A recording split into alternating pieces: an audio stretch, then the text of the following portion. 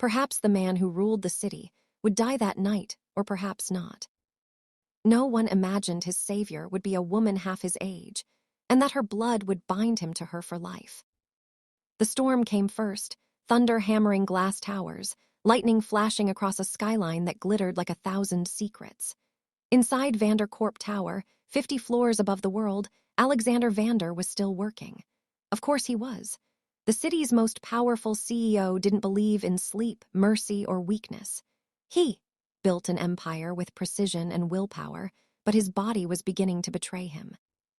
He signed the final contract, then froze. His vision blurred. A sharp pain cut through his chest. Papers scattered as he stumbled back. For the first time in his life, Alexander's world went silent and then black. Down below, sirens screamed through the rain. The city barely noticed. But at St. Cecilia Hospital, a ripple of urgency swept through the emergency wing. A man had been brought in under heavy security.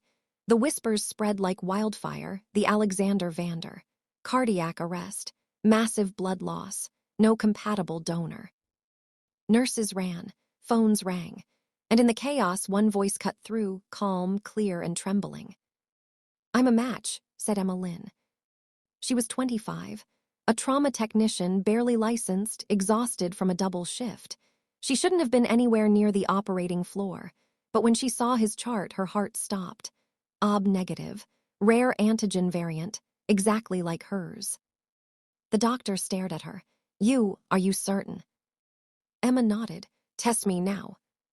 "It's against protocol," he warned. "You could." "Then let me break it," she said, eyes burning. "Just test me." Minutes later, she was in the transfusion room, veins connected, blood flowing. The machines hummed like a heartbeat reborn. On the other side of the curtain lay a man she'd never met, pale, still, surrounded by power even in unconsciousness. And as her blood filled his veins, something in her chest fluttered, a strange pull, like fate whispering, "Remember this moment." Hours passed, the night softened, and somewhere between life and death, Alexander's heart began to beat again. When Emma woke, the room was quiet. The nurse beside her smiled faintly. "He's stable, you did it." She should have felt relief, but instead there was a hollow ache in her chest, as if she'd given more than blood, as if she'd left a part of herself behind. The next morning, Alexander opened his eyes. The ceiling above him was unfamiliar. His throat dry, his body heavy, but his mind sharper than ever. A doctor's voice blurred in the distance, saying words like miracle, rare donor, alive because of her. Then he saw her. Emma stood by the window, a silhouette against the pale morning light. Her hair was tied back loosely, her posture was straight, professional, but her eyes carried exhaustion and something purer, compassion without agenda. He watched her turn, startled to find him awake. "You're alive," she said softly. He blinked, trying to remember. Her face flickered through the fog in his mind. "You were there." "I was your donor," she replied. "You lost too much blood, no one else matched." He studied her in silence. Most people looked at him with awe, envy, or fear. She looked at him like a patient, not a god. "You risked yourself for me," he murmured. Emma shrugged lightly. It was the right thing to do. A faint, disbelieving smile touched his lips. "Do you often save strangers like that?" "Only the stubborn ones," she said. "You didn't seem ready to die." For a moment, neither spoke. The air between them was charged, something unexplainable, raw. Gratitude, curiosity, attraction, tangled threads neither understood. Before he could speak again, the door opened. His assistant entered briskly, voice sharp with updates and schedules. The spell broke.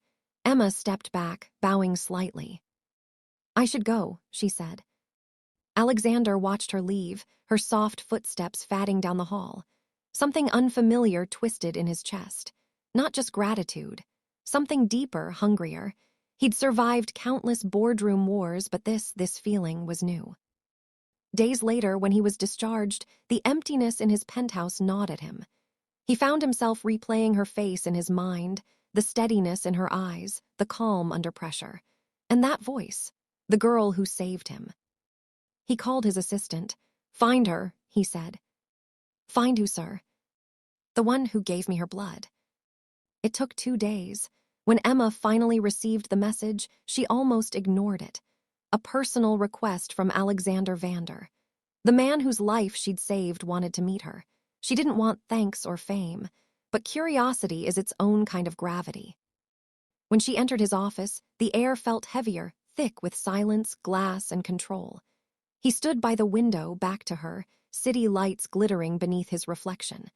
When he turned, their eyes met again, the same connection, stronger now, undeniable. "Miss Lynn," he said, his voice deep, deliberate, "you're hard to find." "I wasn't hiding," she replied, keeping her tone polite. "I just assumed my job was done." He studied her. "It's not. You saved my life. That makes you inconveniently unforgettable." Her brows lifted. "Unforgettable. Most people want something from me. Money, power, recognition. You wanted none of it. That's rare." He paused. "I intend to keep rare things close." Her breath caught. "Are you offering me a job?" He smiled, faint, dangerous, almost teasing. "A position, personal medical consultant. I trust few people with my life, Miss Lynn. I'd like to start with the one who already held it in her hands." She hesitated. "I don't belong in your world, Mr. Vander." "Neither do I," he said quietly. "Not anymore." The silence that followed was electric. She felt the gravity of his words, the loneliness beneath his power, the hidden fractures he let no one see. For reasons she couldn't name, she wanted to understand him, and that scared her more than anything. "I'll think about it," she whispered. He nodded once. "Do that, but remember, not all debts can be repaid with money." That night, as Emma stood on her small apartment balcony, rain glistening on the rail, she watched the city pulse with light. Somewhere out there, the man whose life she'd saved was thinking about her. She could feel it, the pull, the thread. It was absurd, impossible, yet undeniable. She told herself she wouldn't fall for him, that their worlds could never mix, that she'd stay professional, detached, in control. But fate, as always, smiled in the dark. Because sometimes, a single act of kindness doesn't just save a life, it rewrites destiny. The first rule Emma made for herself was simple: don't get attached. But from the moment she stepped into Alexander Vander's world, that rule began to crumble. Weeks after their first meeting, she joined his private staff, not as a nurse in the traditional sense, but as a discreet medical consultant. It was a quiet role, monitoring his health, managing his medications, ensuring his recovery stayed on track. On paper, it was purely professional. In reality, it was anything but. Every morning, she found herself entering spaces most people only dreamed of. Boardrooms with walls of glass, private jets, marble corridors that whispered power. And at the center of it all, him. The man she'd saved. The man she could never quite read. Alexander was colder with everyone else, yet strangely soft with her. His employees feared him, his rivals hated him, but Emma, she saw through him. Beneath the polished control and quiet arrogance, there was a man who didn't know how to live for himself. He noticed everything about her, the way she tucked her hair behind her ear when she was thinking, the way she chewed her lip when worried. She wasn't like anyone in his world. No pretense, no games, just quiet strength and a compassion he couldn't buy. One evening, after a long day of meetings, she found him on the balcony of his penthouse, the city glittering below like liquid fire. His tie was loosened, his expression distant. She hesitated in the doorway. "You should rest," she said softly. "Your blood pressure." "Is fine," he interrupted without looking at her. "I had it checked." She sighed. "By who? Yourself?" That earned a small, tired smile. "You've grown bold, Miss Lynn." She stepped closer, the night breeze teasing her hair.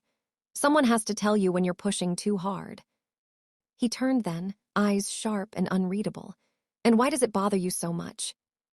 Her heart stumbled. "Because you're my patient." He studied her, gaze lingering just a second too long. "No," he said quietly. "You care because you're human, and because you forget you already gave me part of your life." His words sank deep. She wanted to look away, but couldn't. Something electric hummed between them, the tension of things unsaid, the ache of something forbidden. Before she could reply, his phone buzzed. He looked at it, his jaw tightening, then excused himself abruptly. The warmth of the moment vanished like smoke. That night, Emma told herself she was imagining things. The glances, the way his voice softened when he spoke to her, the lingering moments of silence. But deep down, she knew, it wasn't one-sided. Something dangerous was growing between them. Weeks turned into months. His health improved faster than expected. But the more his strength returned, the less distance there seemed to be between them. They traveled together, business trips to London, Singapore, New York, always first class, always under the guise of medical supervision. Yet somehow, they ended up sharing dinners, late-night conversations, quiet laughter over coffee in five-star lounges. Emma tried to draw boundaries. Alexander ignored them with infuriating charm. He'd ask about her life, her past, her dreams. She was careful with her answers, yet sometimes he'd catch her off guard. One night, on a flight back from Tokyo, she dozed off beside him. When she woke, a blanket covered her, tucked with quiet care. He pretended not to notice her waking, eyes on the window, but his voice gave him away. "You talk in your sleep," he said. Her cheeks flushed. "What did I say?" He smirked faintly. "You said don't leave." Her breath caught. "Maybe I was talking to my past." "Or your future," he said softly, turning back to the clouds. The air between them grew heavier, filled with words neither dared to say. But in the world of power, happiness is a luxury no one can afford for long. It started with whispers, tabloids catching a glimpse of them together, employees gossiping behind closed doors. The headlines twisted the story into scandal. Billionaire CEO involved with young employee. The age gap became ammunition, their every interaction painted as something sordid.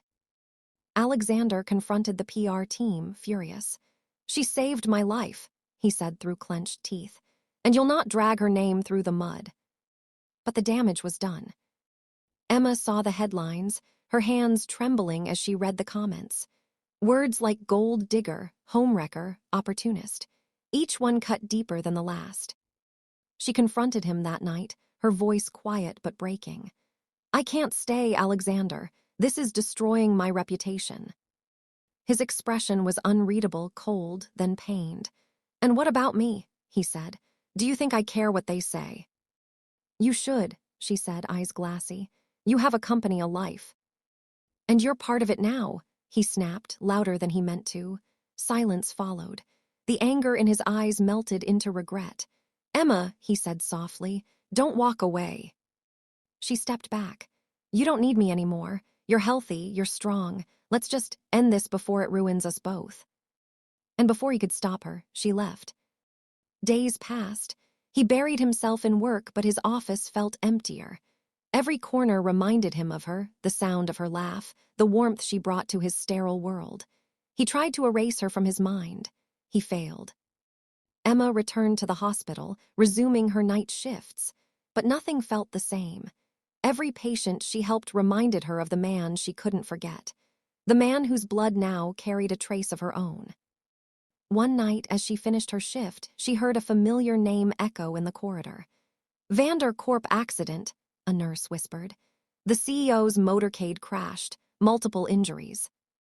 Her body went cold. Without thinking, she ran. The hospital lights blurred as she rushed into the emergency wing. When she saw him, bruised, bleeding, barely conscious, something inside her broke.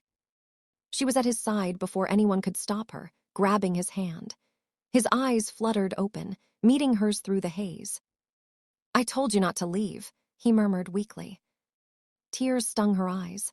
"You're an idiot," she whispered. "You could have died." He smiled faintly, even through the pain. "If dying brings you back, maybe it's worth it."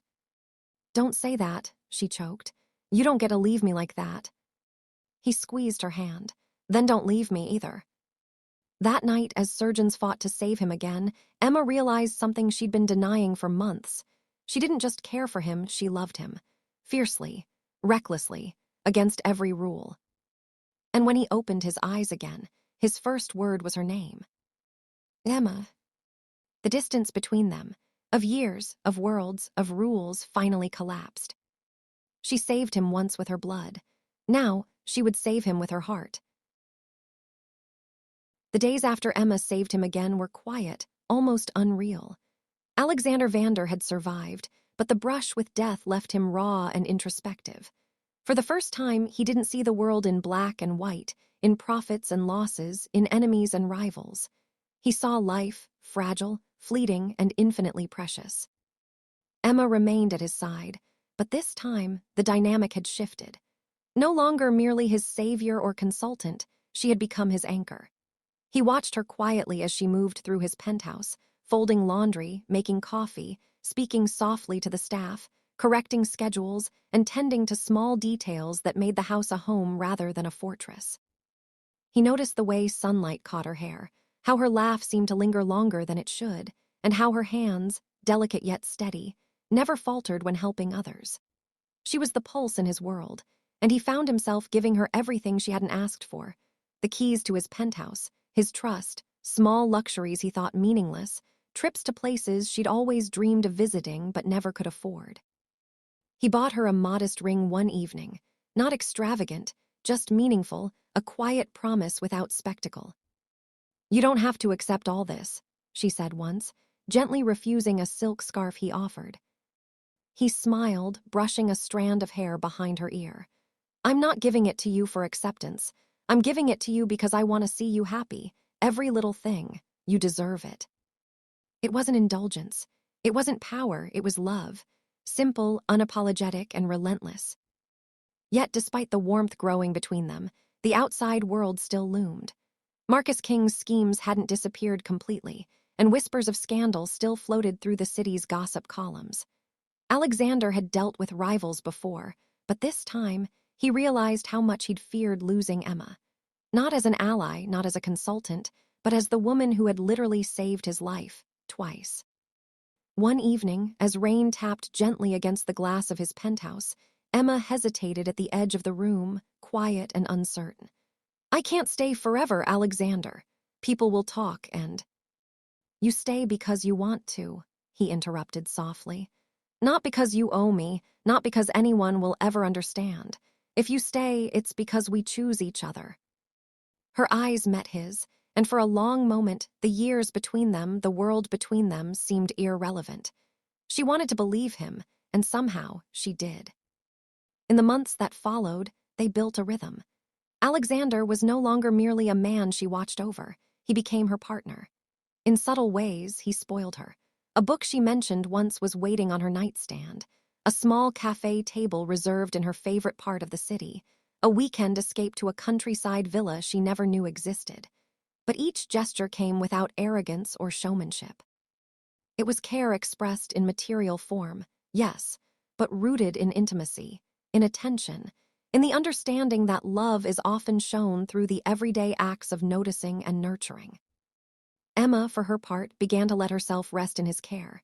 She had always been independent, always guarded, yet with him she allowed herself small vulnerabilities. She laughed without restraint, lingered at his side without duty, and sometimes, just sometimes, she admitted aloud what she'd never said, that she loved him. The world didn't forgive them immediately. Some relatives, friends, and colleagues still whispered about the age gap, about the impropriety, about the risks. Alexander ignored it with a calm he hadn't known he possessed. He refused interviews, shut down rumors with quiet authority, and refused to let gossip dictate his life. Emma, initially anxious, learned to trust his judgment and his shield. "Imagine my life without you." She smiled softly, a tear tracing her cheek. "And I've learned that I don't want a life without you either." There were no grand declarations that day, no dramatic gestures, just honesty, just two hearts aligning. As the months turned into a year, their bond strengthened. Alexander found joy in spoiling Emma, not for show, but for the delight of seeing her smile, of seeing her comfortable and confident in a life she had earned herself. He bought her artwork for her favorite corners of the apartment, organized quiet trips to museums she adored, and never hesitated to step aside and let her lead in small ways.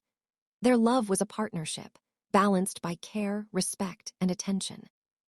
One afternoon, while walking in a secluded garden outside the city, he paused. He reached for her hand and held it with a gravity that made her heart leap. "You saved my life twice," he said softly. "But now I want to spend every day making sure you never feel small, never feel unprotected, never feel unloved. Will you let me love you?"